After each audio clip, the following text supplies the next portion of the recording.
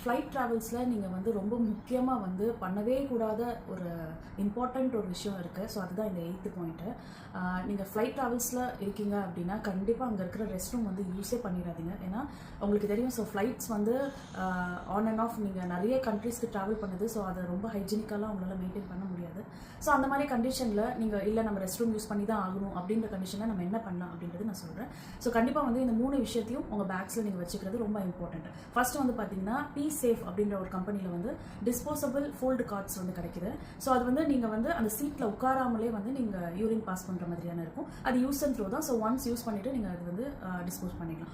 இன்னொன்று வந்து பார்த்தீங்க அப்படின்னா சானிடைசர் கிடைக்குது. அதாவது அந்த சீட் டாய்லெட் சீட்க்குனே ஸ்பெசிஃபிக்காக சானிடைசர் ஸ்ப்ரேஸ் வந்து கிடைக்குது. ஸோ அதை நீங்கள் ஸ்ப்ரே பண்ணிவிட்டு அதுக்கப்புறம் நீங்கள் வந்து ரெஸ்ட் ரூம் யூஸ் பண்ணலாம். இதுவும் இல்லை அப்படின்னா வந்து toilet sheets usable disposable toilet ஷீட்ஸ்னே கிடைக்குது. ஸோ நீங்கள் அது போட்டுட்டு அதுக்கப்புறம் வந்து நீங்கள் அந்த டாய்லெட் யூஸ் பண்ணும்போது யூடிஐ இன்ஃபெக்ஷன்ஸில் நிறைய டைப் ஆஃப் இன்ஃபெக்ஷன்ஸ் வந்து இப்போ இருக்குது. ஸோ வந்து போத் மென் அண்ட் விமன் வந்து ஒரே டைப் ஆஃப் டாய்லெட்ஸ் யூஸ் பண்ணும்போது இந்த 3 விஷயமும் நம்ம கையில் இருக்கும்போது நம்ம ரொம்ப சேஃபாக வந்து இருக்கலாம். தேங்க்யூ.